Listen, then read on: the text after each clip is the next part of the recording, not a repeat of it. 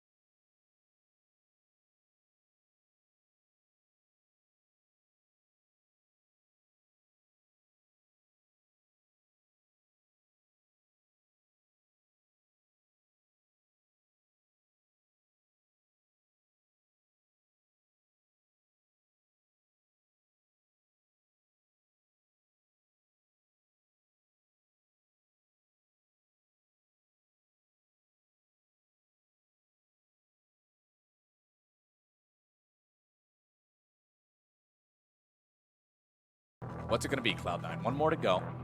Do they want to look towards another one of the champion pools? Is there an 80 carry they want to ban out, maybe? Or are they confident that Cassiopeia is going to the bottom side? It will be a Felios, so they don't want to have to deal with that. Him being another one of those champions is very popular as of recent. Now, don't want to say, hey, we're sure that it's going to be Cassio bot again. It's smarter to do it this way. Now we're going to get to see a little bit more finality on what this composition could look like. They do need physical damage somewhere. Well, if you want some physical damage and you've got a Gragas on your team, there you go. You know, I'm liking these Immortals drafts. They're fun. Giving us diversity. We got the Trundle in week 1. We got the Cassio bot. We got the Zoe Ezreal poke comp. And a Pantheon. This is good. This is good. So this Pantheon Elise works very similarly to Renekton Elise. Yeah. Because it's point and click stun. Elise follows up with a Cocoon. Wham bam, thank you, ma'am. They're bursted down. Adios, 300 gold. About time we see some Pantheon in the LCS. It was basically perma pick ban in the week and a half of LPL that we saw, and then it hit NA and just nobody was touching it, which was just really strange. A Karma. So I was excited about the Yasuo and the Pantheon. I'm not as excited about the Karma, especially... Immortals did this last week, where they picked a champion the patch before it got buffed. So they did it with Trundle between 10-1 and 10-2, and now they're doing it with top lane Karma between 10-2 and 10-3. Compositionally, like, the Cassio does look like it's going to be bottom lane, pending a last-second swap, which they could do. The comp doesn't look bad for Immortals. Yasuo Gragas is a classic mid-lane duo of power. Yeah, if you look over on the side of Cloud9, they're also very AD heavy. Yeah. Senna, Pantheon, Gangplank. Of course, Gangplank has the magic damage from his ultimate, so that's a little bit not AD, I guess. But the main AP threat here is Elise. If Elise falls behind the curve of the game and you've got some Ninja Tabbies and an Hourglass with your Gragas, you feel pretty comfortable initiating into a squad like this pretty much all the time. Yeah, I mean, we've seen such varied games today. We saw the first game with COG where we got the Kale versus Set, like, super late game. We had that amazing back and forth, like, meta composition team between Dignitas and TL. And now we get this where the only player to play Cassio bot lane in the LCS pulls it back out again. We get the Yasuo and Karma coming out of solo lanes. And we see our first LCS Pantheon. I'm excited. And with how good Cloud9 looked in week number 1, if Immortals wins this, I think this is the one that changes the minds of a lot of people who are doubting Immortals. Yeah. Because, yes, they beat TSM. Yes, that was a surprise. I think you could comb the depths of the internet and not find a whole lot of people who think TSM are doing real hot right now. TSM, Immortals played better than what people were expecting. TSM also played worse. So let's see if Immortals can now step up and take down a team that everybody else is hype on, because that says a lot to me. Yeah, and I am very hype on C9 after week 1, to be completely clear. Like, the expectations for this team got set very high for me after seeing their performance with the 24-minute win over Liquid, and then just the way they manipulated side waves against the Golden Guardians. Adding on top of how clean and effective their bottom lane looked. So I'm just expecting a high level of execution from C9 if they're looking to carry through. And that's why, as you mentioned, it would be very impressive if Immortals pulls out a win. And as we wait for the action to truly break out with the minions, let's go ahead and check in. We got a sideline report with Zabuti. Thanks, guys. Here was Zabutin. Rough week for Immortals, little shaky. What was the difference made coming into week 2? I mean, for week 1, we had exactly 2 days of scrim, so it was borderline playable. So the win has to be put on the players. The staff borderline didn't do anything beside the draft. We're still trying to find our identity as a team. It takes a little bit more time than like 6 days. So we're kind of heading games. The draft might seem a little bit weird for some people, but I mean, it's kind of like in the process of finding how we want to play the game, and let's hope for a win today. And now that everyone has had more than those 2 days of practice, how's everyone gelling together? I mean, it's pretty good. As I say, it's a slow process. Sometimes it clicks in a day, sometimes it takes a little bit of more time, but I'm not too worried about like this thing clicking eventually. It's just time is all it takes. Thank you, Zop. Throwing it back to the guys for some action. All right, we got the invade from Cloud9 here at the blue buff of Immortals. It's a smite fight for the level 1 buff.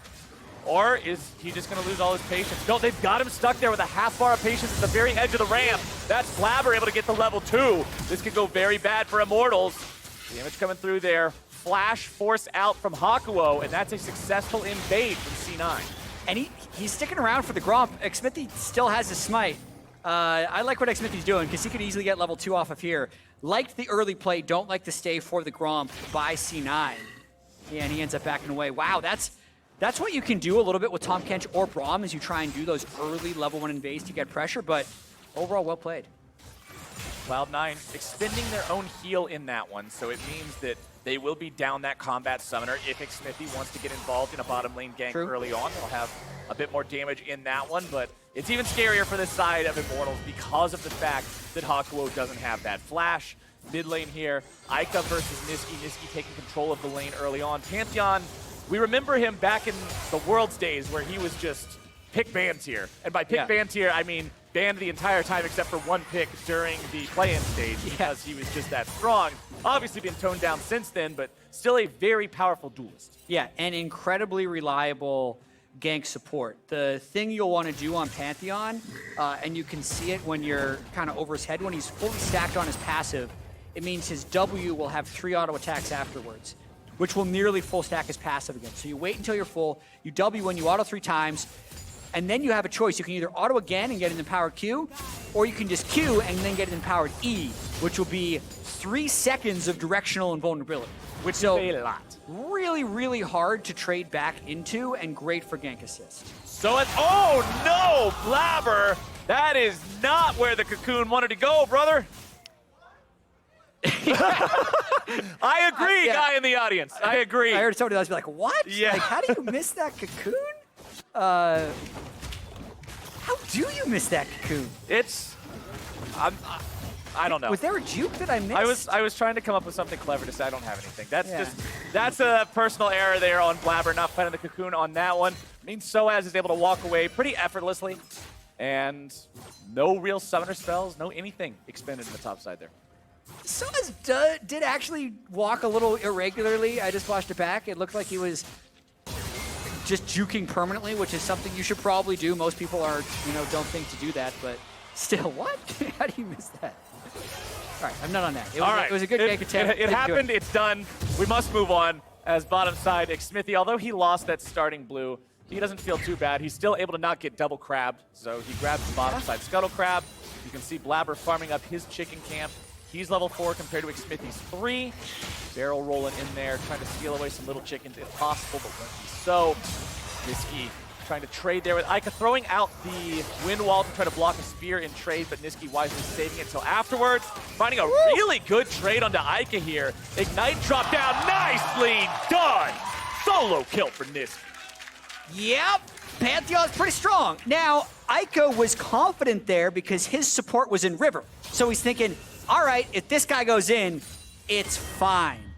It's not fine. It's still Pantheon. He's very strong. But yeah, a misplay by Ica there, flashing a little bit late, still got flash followed by Niski and not respecting the Ignite. So watching this, he's just trying to get his wave into the turret. That's all he's trying to do. That's the 3 seconds, is trying to track his spells. Yeah, the empowered Q post-flash, very well played by Niski. It's like one of those old Spike TV shows where they ask who would win between the Spartan and the Samurai. Well, we don't need a 30-minute show to figure that one out this time around. It's definitely the Spartan early on in the lane, so to say. As we've got the serrated Dirk on Niski as well. Lots of extra power coming out from that one to make sure you've got the armor penetration through the lethality to do even more damage with those spears. Also, keep your eyes on Niski now that he's got the level 6 to see if he gets involved in these other lanes. As a mid-lane Pantheon, it's so easy to be all over the map. And that's the scariest thing about this composition for C9 is Pantheon ultimate, GP ultimate, and an Elise jungle.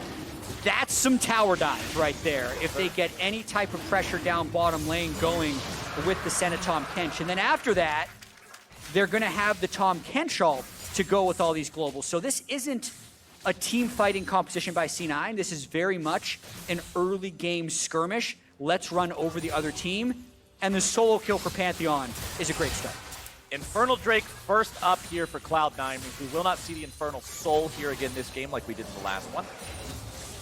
Cloud will be up next. Nice early Drake take around 6 minutes as we normally see compared to the last game where it wasn't taken until around 13.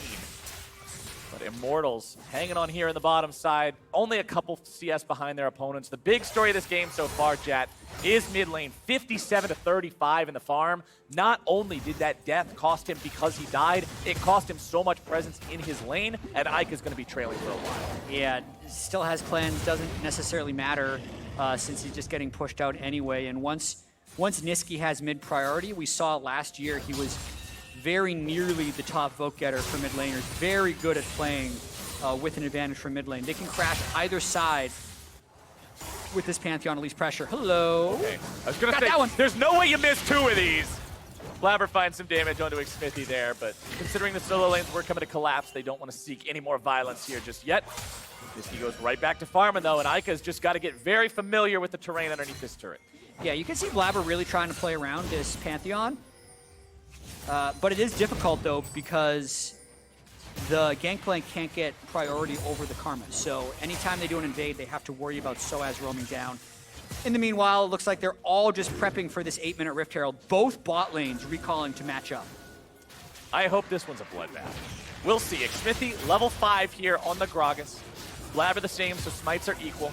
But remember that Xmithy not having the level 6 ulti upgrade is way different than Blabber not having it. Much more important there for the Gragas. Vulcan not level 6 here either. Soaz coming in from the top side, but the fight's going to be breaking out. Gangplank ulti providing control. Damage coming through. Niski looking to grab the lockdown there. Hakuho and Altec on the run, but they're both going to find their way back to the spawn platform in a body bag. And C9 win themselves a fight. They don't even lose patience on Shelly, and they'll pick up the Rift Herald. That was really nicely done by C9.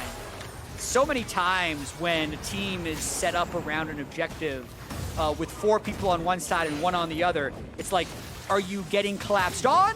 Or can you be the ones that do the collapsing?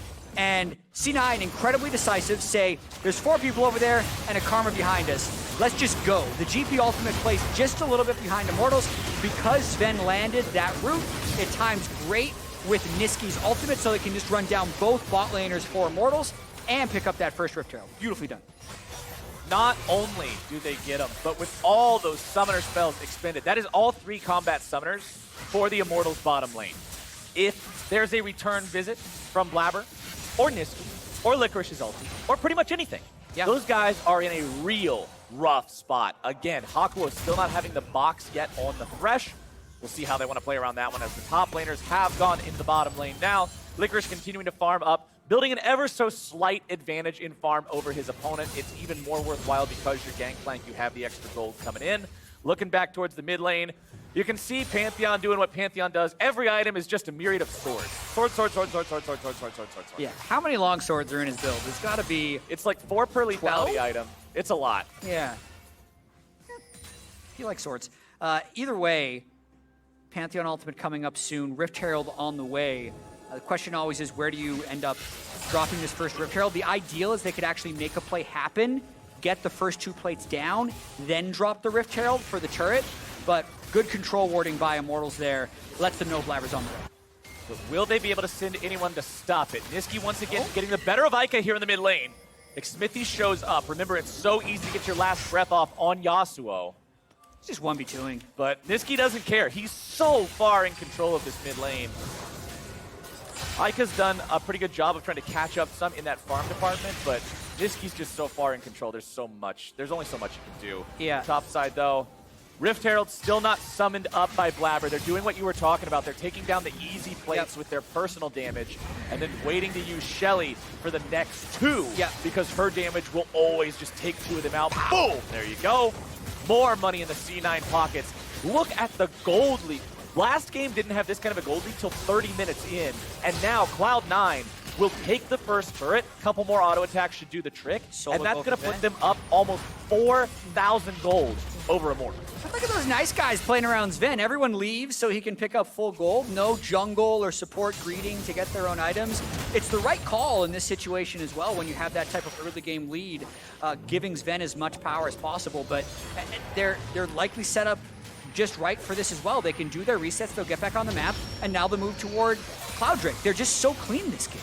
Let's throw back to what we were talking about when we were first introducing this game. Sven and Vulcan looking like such a big upgrade in the bottom lane for Cloud9, and Sven just seems so much more comfortable on this team than what we saw him on TSM. He was part of the TSM roster that didn't click, part of the import with Mithy there, as Altec's nearly taken out. Niski can't quite find the kill, but Sven just seems to be in his element here in these first couple weeks. Yeah, and it's twofold, right? Like the C9 last year was actually very good. They were second place in both regular season splits. So quick with the 5 games. They're going for Soaz. Soaz, are you getting away from this one? Well, he got licked and he got sticked. And that'll be all she wrote. Blabber grabs the kill on that one, at least up to 1-0-2. Damn. That was they just make it look easy. Other teams have such a hard time making early game plays happen. C9, already 2 Drakes, 1 Rift Herald on their way to getting a large amount of plates. But to get back, as long as I don't cast a curse, the clean play, to get back to this, like, they're also playing around Sven. Last year, C9 didn't play around Sneaky. They were so much a solo lane team. Like, we must play around these solo lanes, and then Sneaky will be there in team fights. This team is like, from the looks of it, in 3 games, an early game team, however it works, right? Whatever is the best place for us to go is where we will go. It's not necessarily like they're camping Sven or camping Niski, but they're just making these highly efficient, aggressive plays, and they're 5,000 gold up. That kind of malleability is awesome because it means that you can adapt to each and every game instead of always being pigeonholed into this one strategy that teams are able to figure out and play around. If you can trust every single lane to step up when need be, but also to play weak side when need be. Not every player can do both. Some people are very inclined towards one or the other, as we'll see Licorice going for the trade here against Soaz. Root comes out, Licorice eats the orange, looking for more barrels, and he forces the flash out of Soaz. And we saw what happened the last time Soaz's flash was down. TK came down bottom and they dove him. So that type of aggression in the solo lane, very beneficial to be able to set up more plays. It's the only flash that's actually down on Immortals right now. And it just gives another thing for C9 to add to, like, what is our next play going to be? And remember, because we are now on 10.2, it means we're on the patch where the Cloaks of Agility have been nerfed. You can no longer just grab 2 cloaks early on in the game for Yasuo to have 100% crit whenever he feels like it. So that sort of a build for both Yasuo and Marksman has been removed from the game. And that means that we are going to need to see the 2 real crit items before 100% crit comes online for Ica, who is still behind this game, as Cloud9 will once again go in, steal things away, and Vulcan just hops over with a blast cone as Blabber secures the red. That was well played by both sides, actually. Xmithy knew there was something afoot, didn't have vision, but by aggroing the red will then go towards the next closest thing. Yes. So the red is actually his ward, if that makes sense. And it let him know something was in the brush. Once C9 was spotted, they just pulled the red back to make sure they'd win the smite, get it, and now they go for their second kill. Fun tip that's actually a really good tip for solo queue jungling as well. That's one thing that I remember back however many seasons ago I first learned that. When you think you're going to be counter jungled, you shoot the whatever creep camp it is, you shoot it. If something seems wrong, if they're not walking towards you, if they run the other way, it's not the AI messing up. It's the fact that somebody's trying to set up a trap. Absolutely. Now with the second Rift Herald, where do they go next? Well, they tried for the flash the Soaz. Rare misplay from C9 so far this game, actually going in a little bit early and without any type of space to cut people off. Vulcan hanging around the jungle just to make sure that Immortals doesn't try to steal back the red that they lost there in their own side. But Niski will pick that one up to the side of C9. Duskblade done means that much extra burst for this Pantheon. It was Phantom Dancer, the rush for Ica. Pretty standard Yasuo stuff. Makes him a bit more survivable here in the fights. Couple that with his shield, and maybe he'll be able to survive if he goes in. But it's still very risky when Cloud9 is up 6,000 gold. Third Drake spawning here in 1 minute. Herald summoned up in the mid lane. There's no more plate money available, but honestly, they're so far ahead. They just need the map control now. Take down the tier 1 turret. There you go. A couple more auto attacks should seal its fate. And that one's gone. Try and get Soaz while he's in transit. There we go. There's some damage coming out from the barrels. Licorice knows how to play this. When he throws down the ulti to the side to cut off the escape route that Soaz may be able to use, Soaz is forced to run down the long hallway. He might as well be walking the Green Mile. There is no way you're escaping that gangplank there. Hakuo trying to get out. The damage comes in. Senna's almost able to take him down. Altec grabs the return kill onto Niski, and Immortals finally gets themselves on the board. Yeah, misplay by Niski there. He used his E. It's directional invulnerability. His E wasn't facing the turret, so the turret just killed him as he was trying to do that dive. So good stopwatch by Hakuho to buy a lot of time during that dive, but Immortals is on the board, even though the Mountain Drake is likely gone soon. That's where they're TK ulting. Vulcan says team. Where's team? Team's getting kills. Where's everybody at? Okay. Yeah. Well, they did manage to grab a kill onto Altec, and with the Cassiopeia down, I'd be willing to wager that we are not going to see any sort of resistance on this Drake from an Immortals squad that are 6,000 gold behind in 4v5, and that puts Cloud9 at Drake point 18 minutes into the game. This could be a 24-minute soul. This could be real fast. I mean, 23-minute with the 5-minute respawn timer on the Drake coming in, even faster. One thing that Ica did do is he's been able to pick up a lot of side lane farm.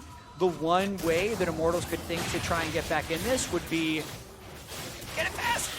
Very well done. He's about to reset and start healing. That's true.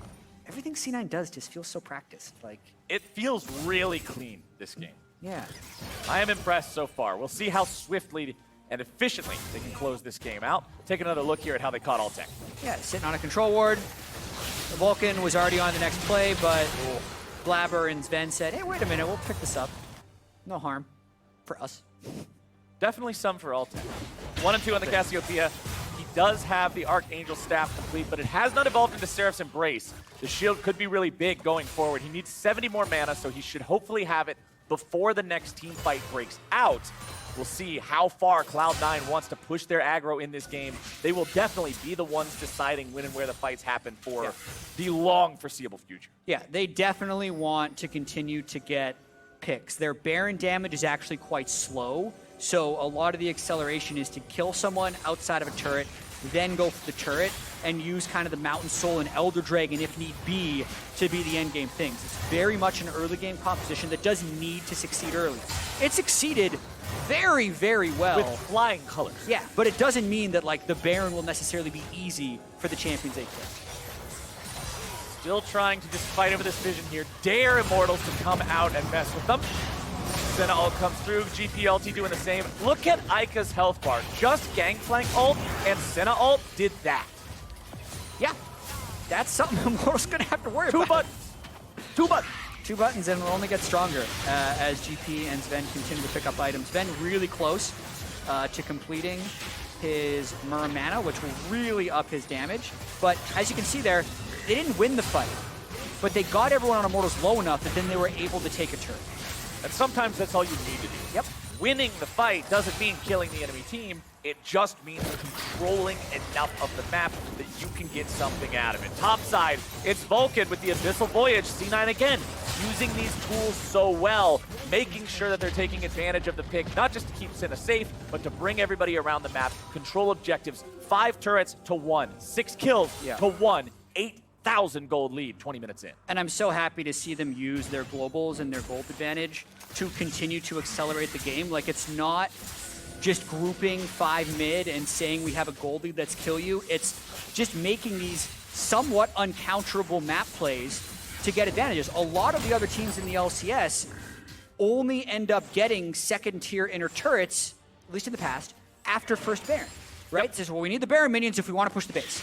Well, you don't if you're really clean and executing at a high level, which is what C9 is doing. 2 minutes until that potentially final basic Drake spawns. Cloud9 very much aware of that. Also sweeping out some of the vision around the Baron here. One of the ways I guess you could throw a lead like this is giving away a Baron to your opponents for free when you didn't mean to, so they want to make sure they're not opening up those doors for Immortals. Because honestly, with a lead like this, 20 minutes into the game, Immortals is pretty much waiting on a Cloud9 throw. There's not really a move that you do where you're saying, okay, this is our opportunity to go in and we can win here. It's how do they goop up? Because you need a big goop. Yeah, and if C9 overdives, Immortals actually has a fast Baron, the Yasuo Cassiopeia would be very quick. They're just a long ways from that world. Mountain Drake up in a minute 10 and 1, kind of dangling middle turret that C9 is going to be going for. I feel like they're in another galaxy from that world. That's a real hard one to imagine from this game state. See if that tier 2 becomes a target here, if they're just drawing attention to it while they wait for the Drake to spawn. Niski doesn't want to be the guy who overextends himself down here. Would rather have his ranged allies come around and help that one. You can see Sven in the mid lane is going to keep pushing that one up, pressuring multiple locations at once. Licorice is in the top side. He's got the teleport ready. He's got the gangplank already. He can be there at a moment's notice. Yep, just getting as much poke in as possible. This is the one point in the game where C9 doesn't need to be accelerating the pace. Tanky supports also all going Gargoyle Stoneplate Rush these days, recognizing that it's making them just so incredibly durable in the fights. You can see that being the first item completed on Vulcan's Tom Kench. As Niski continues, just making sure these waves are shoved up bottom side. Mountain Drake, T-minus 10 seconds. Niski with the flash. The damage is there. And the artillery fire from a long way away means C9 has this soul on lock. That was just cool to watch. Just the straight line of everything coming in with the CC locked. Karma, who went Ninja Tabby, yes, because they're basically all AD, but that also means they're more vulnerable to the CC chaining. It's a tough spot.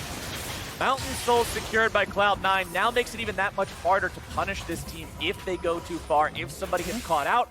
Extra shielding makes them so much more durable. It's now Elder 6 minutes from now. That'll be around the 30-minute mark. Baron is on the table. All of the turrets except that bottom lane tier 2 outside of the Immortals base have already been claimed. And this is where we hit a point where I think you truly get to see how well does a team use an early game lead, because this is where we see so many teams stall out. For sure, and C9 in week 1 had the fastest average game time of any team. It was 29 minutes roughly. You'd hope to see them be able to close this one before then. They'll also have a chance to get an Elder Dragon before 30 because of how efficient they've been with things. So if it does come to that, you could see it happen. But I'm kind of expecting them, especially with the way they're pushing these side waves and how much threat Niski has. Niski will be able to push a wave in. If Immortals comes to look towards Baron, then they can put a GP ult with the Pantheon ult and just kind of dive in to kill Immortals, and that should probably do it. But we'll have to see if they can execute. Worth noting, Immortals does have the items to make a recipe for a potential miracle turnaround in a fight. You've got Xmithy with the stopwatch to throw in a cast and then buy himself some time. Both carries now also on 2 items. Yasuo with the Infinity Edge Power Spike. Leandri's fully completed there for Altex Cassiopeia. But will it be enough in the face of an over 10,000 gold deficit? Cloud9 wants to say no. as Niski, Vulcan, and Blabber will roam through the jungle here, clearing out some vision along the way. They see the blue trinket placed down there, steal that red away, give that one over to Sven. There we go, pick up a soul as well. What's the soul count on Senna? Yeah, last I checked it was 50. It's at 52 right now, so nothing extreme. When the other team runs away from you constantly, it's really hard to farm souls off of them. But as you can see, every cannon will be an auto drop. If he's last hitting the minions, low percent. And look, Immortals is kind of exposed to mid lane. This could be it. Vulcan going in. Immortals are now separated. All tech under pressure from Licorice, but it's going to be so much damage coming through on the back end of the fight. Sven grabbing a killing spree there onto Hakuo. Double kill for him. All tech's gone. Man, Immortals just lost 3, and Sven counted them all up. Yeah, I was ready to go into this whole spiel about, I'm going to do it anyway. All right, Maybe go for it. Hey, like We the got vision time. line is way out here. It's getting harder and harder for Immortals to do stuff. The only way they can get Baron vision is if they get mid priority. But C9 was just ahead of me. The instant Immortals went for mid priority, C9 jumped in. Right? They knew all of the possibilities beforehand and just completely decimated Immortals. Baron now the target. As you said, this thing's slower than molasses for this team comp to take. You pretty much have to put 3 guys in the dirt and then have a flawless health bar state for your own team to go get it. Yeah. But sure enough, they got it. It's like, how is this game only 26 minutes in? Like, it feels like C9 has just been stomping on them for like an hour, but it's been only 26 minutes. We've said it a lot, but C9 looks good. They have Baron now. Now they can break the base. After Baron, if it's not over, they'll have enough inhibitor damage to be able to go get Elder Dragon. Gotta feel good for C9 right now. Looking phenomenal. Let's see how fast they finish this one off. Red buff picked up there for Sven. 5-0-3 on this Senna. Yeah, Just popping off, man. Popping off. RFC completed, 61 souls, so not only does he have the additional 75 range from his soul collection, he's going to be getting the extra 150 range from the RFC. Oh, here comes your initiation. Licorice caught out. Nice pickup there for Immortal. Smart play by Ica and the team right there. They could even try and get that turret if they were willing to trade a little bit more. I think Ica's going to stick around and get it, so always good to try and kind of catch Licorice doing janitor duty on waves. Weren't getting that kill anywhere else. Well, it does open up the opportunity for Cloud9 to take the tier 2 bottom, though. That is the last tier 2 turret on the map that was standing for Immortals, now gone. Baron power play is currently only at plus 1200, which is under the value that taking the Baron itself gives your team. So Cloud9 needs to get a little more out of this for it to really feel worthwhile. Once Licorice respawns in 10 seconds, he will have TP to be able to join this fight. Hakuo nearly taken out. The damage and the range are so oppressive from Sven in these trades. As the bottom lane inhibitor turret falls, TP is channeled, and Cloud9 will utilize the last 70 seconds of this Baron to push hard in mid and bottom lane. Yep, fun fact, Senna autos do not get blocked by Wind Wall because they are not projectiles, so it makes it even harder for them to defend. With Smithy rooted up, this could be bad news here for the side of Immortals. They will disengage properly, but they have already lost inhibitor number 1. Number 2 now the target. Baron enchanted minions in 2 lanes. The cannons just harassing Altec there in the bottom side. As you'll see the mid lane inhibitor fall here in just a moment. And that is 2 inhibs taken out. Plus 2,000 now on that Baron power play clock. And that means Cloud9 are feeling good about the state of this game. Elder spawns in 30. Yeah, what were we saying before that Baron happened? They'll use the Baron, get inhibs, and that'll open it up for Elder for them to be able to get that. Yeah, every predicted that pretty well. every move in this game has kind of been like clockwork for C9. Like the very first play of Sven soloing Ica, that's the individual outplay, right? Niski solo. Yeah, sorry, Niski soloing Ica. But from there, it's every other play just kind of rolled off. It's like, okay, he now has mid priority, so they might just win here. Hakuo will find himself CC'd, but they don't have everybody else nearby, so they don't want to go in. They're still waiting on 2 of their members to come into this fight. Smithy's going to be forced to stasis here very early. Vulcan's going to be drawing all the fire. But speaking of fire, the artillery once again will rain down on Immortals. The damage is there. They are gone, gone, gone. Cloud9, 5 for 1. There it is. Immortals tried the desperation play. They were tired of C9's just perfect play around the map, tried to make something happen, unable to kill Sven and Vulcan. as they go for the all-in initiation. And that, Captain Flowers, was a rout.